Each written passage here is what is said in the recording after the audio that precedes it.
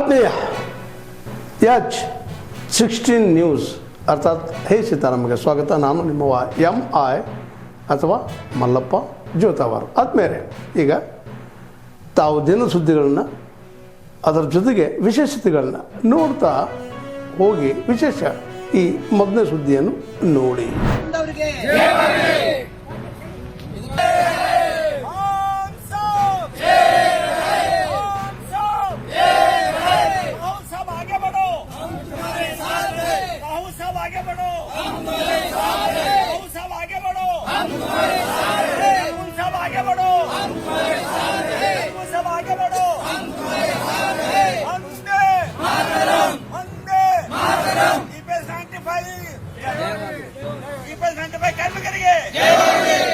ಕಾರ್ಮಿಕರಿಗೆ ನಮ್ಮ ಪಿಂಚಣಿ ಕೊಡಲೇಬೇಕು, ನಮ್ಮ ಪಿಂಚಣಿ ಬೇಕೇ ಬೇಕು, ನಮ್ಮ ಪಿಂಚಣಿ ಕೊಡಲೇಬೇಕು, ನ್ಯಾಯವಾಗಿ ಕೊಡಲೇಬೇಕು.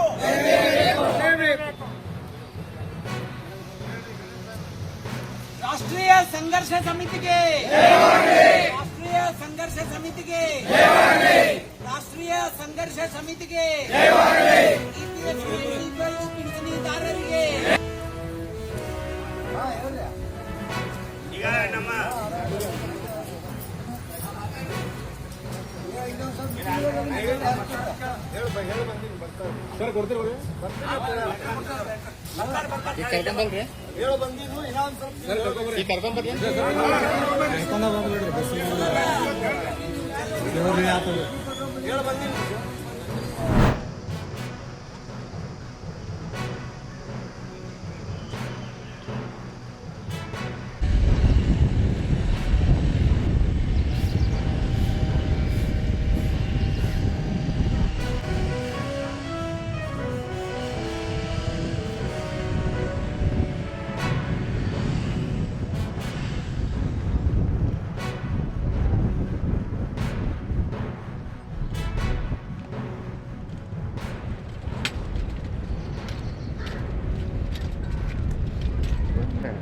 ಬೆಟ್ಟ ಅದೇ ನೀರು ತಣ್ಣಕ್ಕಂತ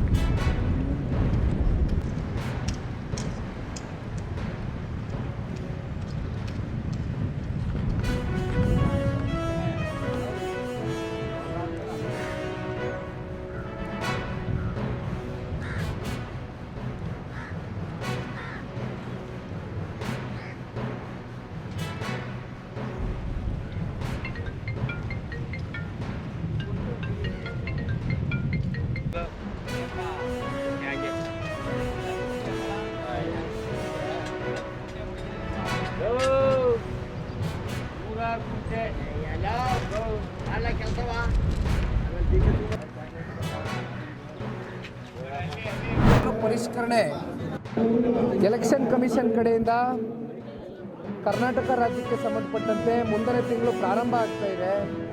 ಆ ನಿಟ್ಟಿನಲ್ಲಿ ಈಗಾಗಲೇ ರಾಜ್ಯಾದ್ಯಂತ ಅನೇಕ ವಿಧಾನಸಭಾ ಕ್ಷೇತ್ರಗಳಲ್ಲಿ BLA ಮತ್ತು BLA 2ಗಳು ನೇಮಕಾತಿಗೊಂಡ ನಂತರ ಈ ಒಂದು SIRನ ಕಾರ್ಯಾಗಾರ ನಿರಂತರವಾಗಿ ಮಾಡ್ಕೊಂಡು ಬರ್ತಾ ಇದ್ದೇವೆ. ಈಗ ರಾಮನಗರ ಜಿಲ್ಲೆಗೆ ಸಂಬಂಧಪಟ್ಟಂತೆ ರಾಮನಗರ ಮಾಗಡಿ ಈಗಾಗಲೇ ಆಗೋಗಿದೆ. ನಿನ್ನೆ ದಿನ ಕನಕಪುರ ಮುಗಿಸಿದ್ದೇವೆ, ಇವತ್ತು ಚನ್ನಪಟ್ಟಣಕ್ಕೆ ಕಾಲಿಟ್ಟಿದ್ದೇವೆ.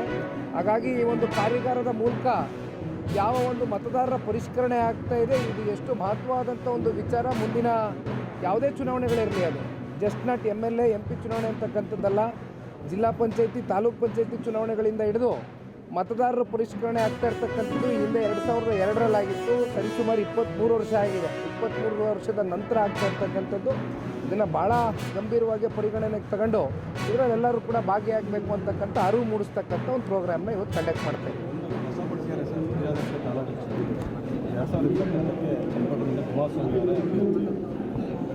ಈಗ ಅದು ಅವರೆಲ್ಲರ ಅಭಿಲಾಷೆ ಇದೆ. ಈಗ ಕಳೆದ ಬಾರಿ ಏನಾಯಿತು, ಈಗ ಸನ್ಮಾನ್ಯ ಕುಮಾರಣ್ಣ ಅವರು 23ರಲ್ಲಿ ಚನ್ನಪಟ್ಟಣದಿಂದ ಆಯ್ಕೆ ಆಗಿದೆ. ಅನಿರೀಕ್ಷಿತವಾದಂಥ ಕಾಲ್ಗಟ್ಟದ ಒಂದು ಬೆಳವಣಿಗೆ ಸಂಸತ್ ಚುನಾವಣೆ ಸಂದರ್ಭದಲ್ಲಿ ಮಂಡ್ಯದಲ್ಲಿ ಮತ್ತಿನ್ಯಾರು ಅಭ್ಯರ್ಥಿಗಳು ಕುಮಾರಣ್ಣ ಅವ್ರು ಬಿಟ್ಟರೆ ಬೇರೆ ಇನ್ಯಾರು ನಾವು ಒಪ್ಪೋದಿಲ್ಲ ಅಂತ ಆದಾಗ ಜಿಲ್ಲೆಯ ನಾಯಕರು ಮತ್ತು ಎಲ್ಲ ಕಾರ್ಯಕರ್ತ ಬಂಧುಗಳು ಅಲ್ಲಿ ಅವತ್ತಿನ ದಿನ ಅವರು ತಲೆಬಾಗಿ ಹೋಗಬೇಕಾದಂಥ ಒಂದು ಸಂದಿಗ್ಧ ವಾತಾವರಣ ಸೃಷ್ಟಿಯಾಯಿತು. ಆ ಸಂದರ್ಭದಲ್ಲಿ ಮನೆಯಲ್ಲಿ ಕೂತು ಅನೇಕ ಸಂದರ್ಭದಲ್ಲಿ ನಮ್ಮ ಎಲ್ಲ ಮುಖಂಡರುಗಳು ಇದ್ದಾರೆ, ಕಾರ್ಯಕರ್ತರು, ಇವ್ರ ಜೊತೆ ಎಲ್ಲ ಕೂತು ಚರ್ಚೆ ಮಾಡಿ ಅಂತಿಮವಾಗಿ ನೋಡಿ, ನೀವು ಮತ್ತೆ ರಾಜ್ಯ ರಾಜಕಾರಣಕ್ಕೆ ಬರ್ತಕ್ಕಂಥದ್ದು ಒಂದಿನ ಆಗಲೇಬೇಕಾಗ್ತದೆ. ಅಂಥ ಸಂದರ್ಭದಲ್ಲಿ ಮತ್ತೆ ನೀವು ಮರು ಆಯ್ಕೆ ಚನ್ನಪಟ್ಟಣ ತಾಲೂಕಿನ ನೀವೆಲ್ಲ ಕನ್ಸಿಡರ್ ಮಾಡಬೇಕು ಅಂತಕ್ಕಂಥದ್ದು ಒಂದು ಬೇಡಿಕೆಯನ್ನು ಈ ಭಾಗದ ಮುಖಂಡರುಗಳು ಇಟ್ಟಿರ್ತಕ್ಕಂಥದ್ದು ಸತ್ಯ. ಅದಕ್ಕೆ ನಾನು ಕೂಡ ಸಾಕ್ಷಿ ಇದ್ದೇನೆ. ಆದರೆ ಅದು ಮುಂದಿನ ದಿನಗಳಲ್ಲಿ ಕಾಲ ಎಲ್ಲದಕ್ಕೂ ನಿರ್ಣಯ ಮಾಡುತ್ತೆ, ಉತ್ತರ ಕೊಡುತ್ತೆ. ಓಕೆ, ಇಲ್ಲ ನಾನು ಹೇಳೋಕ್ಕಾಗಲ್ಲಣ್ಣ. ಎನ್ ಡಿ ಎಲ್ಲಿದ್ದೀವಿ ಇವಾಗ ನಾವು ಎನ್ ಡಿ ಎ ಮಿತ್ರಕೂಟದಲ್ಲಿದ್ದಾಗ JDS ಈಸ್ ಆಲ್ಸೋ ಏನಂದರೆ BJP JDS ಒಂದು ಸಮ್ಮಿಲನ ಇದೆ.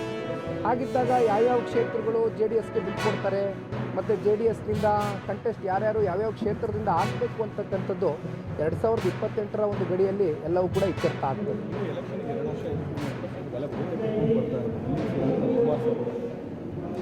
ಇದು ಏನಾಗಿದೆ, ನಾನು ಕೂಡ ರಾಜ್ಯ ಪ್ರವಾಸ ಇಡೀ ರಾಜ್ಯಾದ್ಯಂತ ಮಾಡಿದ ಸಂದರ್ಭದಲ್ಲಿ ಎಲ್ಲ ಕಡೆ ಪಕ್ಷದ ಕಾರ್ಯಕರ್ತರಷ್ಟೇ ಅಲ್ಲ, ಜನರ ಭಾವನೆಯೂ ಕೂಡ ಇವತ್ತು ಸನ್ಮಾನ್ಯ ಕುಮಾರಣ್ಣವರ ಕಾಲಘಟ್ಟದಲ್ಲಿ ಅವ್ರು ಯಾವ ರೀತಿ ನಡ್ಕೊಂಡ್ರು ಅಂತಕ್ಕಂಥದ್ದು ಜನರು ಸ್ಪರ್ಶಕೊಳ್ತಾ ಇದ್ದಾರೆ. ಮತ್ತು ಕುಮಾರಣ್ಣವರು ರಾಜ್ಯ ರಾಜಕಾರಣಕ್ಕೆ ಬಂದು ಈ ರಾಜ್ಯದ ಮುಖ್ಯಮಂತ್ರಿಗಳಾಗಬೇಕು ಅಂತಕ್ಕಂಥದ್ದು ಅನೇಕ ಜನರ ಭಾವನೆ. ಆದರೆ ನಾನು ಪದೇ ಪದೇ ಮತ್ತೆ ಒತ್ತಿ ಹೇಳ್ತೇನೆ, ಇದು ಯಾವುದೇ ಇತ್ಯರ್ಥಗಳು ನಿರ್ಣಯಗಳು ಅಂತಿಮಗೊಳ್ಳಬೇಕು ಅಂದರೆ ಇದು ಆ್ಯಸ್ ಎನ್ NDA BJP ಮತ್ತು JDS ಇಬ್ಬರು ಕೂತ್ಕೊಂಡು, ಅದು ಕೇಂದ್ರದ ನಾಯಕರು ಇರ್ಬೋದು, ರಾಜ್ಯ ನಾಯಕರು ಇರ್ಬೋದು, ಒಂದು ಆರೋಗ್ಯಕರವಾದ ಚರ್ಚೆ ಮಾಡಿ ಅಂತಿಮವಾಗಿ ಅವತ್ತಿನ ಕಾಲಘಟ್ಟಕ್ಕೆ ಭಾಳ ದೂರ ಇದೆ. ಮುಖ್ಯಮಂತ್ರಿ ಅಂತಕ್ಕಂಥ ವಿಚಾರ ಇನ್ನೂ ಭಾಳ ದೂರ ಇದೆ. ಚುನಾವಣೆ ಆಗಬೇಕು. ಅದಕ್ಕಿಂತ ಪೂರ್ವದಲ್ಲಿ ZPTP ಚುನಾವಣೆ ಎಲ್ಲ ಕಾಯ್ತಾ ಇದ್ದಾರೆ ಕಾರ್ಯಕರ್ತ ಬಂಧುಗಳು. ಆ ಚುನಾವಣೆಗಳಾಗಬೇಕು. ಕಾದು ನೋಡೋಣ ಬನ್ನಿ ಏನೇನಾಗುತ್ತೆ.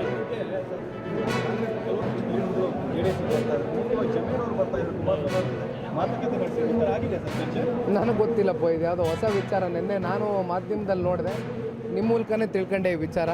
ನನಗೂ ಕೂಡ ಗೊತ್ತಿಲ್ಲ.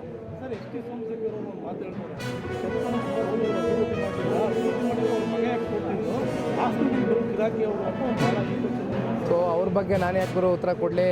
ಉತ್ತರ ಕೊಡೋಕ್ಕೆ ಅಲ್ಲಿ ಯಶವಂತಪುರ ಕಾರ್ಯಕರ್ತರವರೇ ಒಂದು ಮಾತು ಹೇಳ್ತೇನೆ. ಪಾಪ ಅವ್ರಿಗೆ ಮಾಹಿತಿ ಕೊರತೆ ಇರಬೇಕು. ಈಗ ಡೆವಲಪ್ಮೆಂಟ್ ವರ್ಕ್ ಮೇಲೇ ನಿಮಗೆ ಆಧಾರದ ಮೇಲೆ ಜನ ಓಟ್ ಹಾಕ್ತಕ್ಕಂಥ ದಿನಗಳು ಭಾಳ ಹಿಂದೆ ಹೊಟ್ಟೋಗಿದೆ. ಡೆವಲಪ್ಮೆಂಟ್ ಆಧಾರದ ಮೇಲೆ ಈಗ ಓಟ್ ಹಾಕ್ತಾ ಇಲ್ಲ. ರಾತ್ರಿ ಬಂದು ಅದೆಂಥದ್ದು 5,000 ರೂಪಾಯಿ ಟೋಕನ್ ಕೊಡ್ತೀವಿ, 5,000 ರೂಪಾಯಿಯಿಂದ ನೀವು ಅದೆಂಥದ್ದು ರೇಷನ್ ಕಿಟ್ ತಗೋಬೋದು.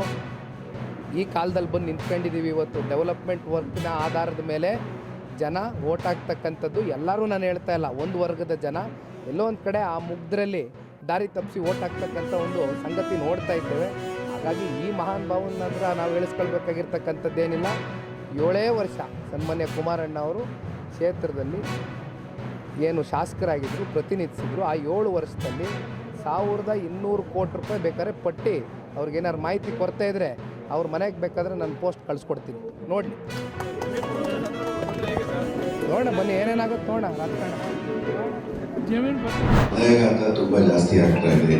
ಚಿಕ್ಕ ವಯಸ್ಸಿನಲ್ಲೇ ಜನರು ಹೃದಯಾಘಾತ ಆಗಿ ತತ್ತಾಗಿ ತೀರು ಹೋಗುತ್ತಿದ್ದಾರೆ. ಹಾಗಾಗಿ ಸಾವಿನ ಒಂದು ಮುಖ್ಯ ಕಾರಣ ಅಂದರೆ ಹೃದಯಾಘಾತ ಆಗಿದೆ. ಸೊ ನಮ್ಮ ರಾಯಚೂರಿನಲ್ಲಿ ಮೆಡಿಕಲ್ ಕೇಂದ್ರದಲ್ಲಿ ತುಂಬ ಮುಂದುವರೆದಿದ್ದೇವೆ. ಫಸ್ಟ್ ರಾಯಚೂರಲ್ಲಿ ಆಂಜಿಯೋಪ್ಲಾಸ್ಟಿ ಆಗ್ತಾ ಇರಲಿಲ್ಲ. ಕಳೆದ 10 ವರ್ಷದಿಂದ ರಾಯಚೂರಲ್ಲಿ ಆಂಜಿಯೋಗ್ರಾಮ್ ಆಗುತ್ತೆ. ಆಮೇಲೆ ಹೃದಯಾಘಾತ ಆದಾಗೆ first treatment and best treatment ಅಂತಂದರೆ ಪ್ರೈಮರಿ ಆಂಜಿಯೋಪ್ಲಾಸ್ಟಿ ಅಂತ ಅಂತೀವಿ. ಪ್ರಾಥಮಿಕ ಆಂಜಿಯೋಪ್ಲಾಸ್ಟಿ ಮಾಡಿದರೆ ಪ್ರಾಣ ಉಳಿಯೋ ಚಾನ್ಸಸ್ಸು ಜಾಸ್ತಿ ಆಗುತ್ತೆ. ಅದು ನಮ್ಮ ರಾಯಚೂರಿನಲ್ಲಿ ಕಳೆದ 10 ವರ್ಷದಿಂದ ಆಗಿದೆ. ಜನರು ಹೈದರಾಬಾದು ಬೆಂಗಳೂರು ಹೋಗೋದು ಪರದಾಟ ಆಗೋದು ಕಡಿಮೆ ಆಗಿದೆ. ತುಂಬ ಪ್ರಾಣನೂ ಉಳಿಯುತ್ತಿದೆ. ಬಟ್ ಏನೇ ಅಂದ್ರೂ ಸ್ವಲ್ಪ ಜನ ತುಂಬ ಸೀರಿಯಸ್ ಇರ್ತಾರೆ. ಎಷ್ಟೋ ಜನರಿಗೆ ಮೇಜರ್ ಹಾರ್ಟ್ ಅಟ್ಯಾಕ್ ಆಗಿ ಹಾರ್ಟ್ ಪಂಪಿಂಗ್ ಕೆಪಾಸಿಟಿ ತುಂಬ ವೀಕ್ ಆಗುತ್ತೆ. ಆ ಟೈಮಲ್ಲಿ ಪೇಷಂಟ್ಸ್ ಬಹಳ ಸೀರಿಯಸ್ ಇದ್ದು ಪ್ರಾಣ ಹೋಗೋ ಚಾನ್ಸಸ್ ಇರುತ್ತೆ. ಇದೇ ರೀತಿಯಾಗಿ ಇತ್ತೀಚಿನ ದಿನಗಳಲ್ಲಿ 2 ತಿಂಗಳ ಹಿಂದೆ ನಮ್ಮಲ್ಲಿ ಒಬ್ಬರು ಪೇಷಂಟ್ ಬಂದಿದ್ದರು. ಅವರು ಪೇಷಂಟು ಇಲ್ಲಿದ್ದಾರೆ. ಪೇಷಂಟ್ಗೆ ತೀವ್ರ ಹೃದಯಾಘಾತ ಆಗಿ ಅವ್ರದ್ದು ಹಾರ್ಟ್ ಪಂಪಿಂಗ್ ಕೆಪಾಸಿಟಿ 60% ಇರೋದು 30% ಆಗೋಗಿತ್ತು. ಆಮೇಲೆ ಒಂದು ಬಾರಿ ಅವ್ರ ಹಾರ್ಟು ನಿಂತು ಹೋಗಿತ್ತು. ಸೊ ಹಾರ್ಟ್ ನಿಂತು ಹೋದ್ಮೇಲೆ ನಾವು ಜಸ್ಟ್ ಕಂಪ್ರೆಷನ್ ಮಾಡಿ ಮತ್ತೆ ಹಾರ್ಟ್ ನಿಂತು ಹೋಗಿರೋದನ್ನು ಮರು ಚಾಲನೆ ಮಾಡಿ ಅವರಿಗೆ ಸ್ಟೆಂಟ್. ತಾವೆಲ್ಲ ಇಲ್ಲಿವರೆಗೆ ಸುದ್ದಿಗಳನ್ನು ನೋಡಿದಿರಿ, ಜೊತೆಗೆ ವಿಶೇಷ ಘಟನೆಗಳನ್ನು ಸಹ ನೋಡಿದಿರಿ. ಅದು ನಿಮಗೆ ನಿಮ್ಗೆ ಏನು ಅನ್ನಿಸ್ತು?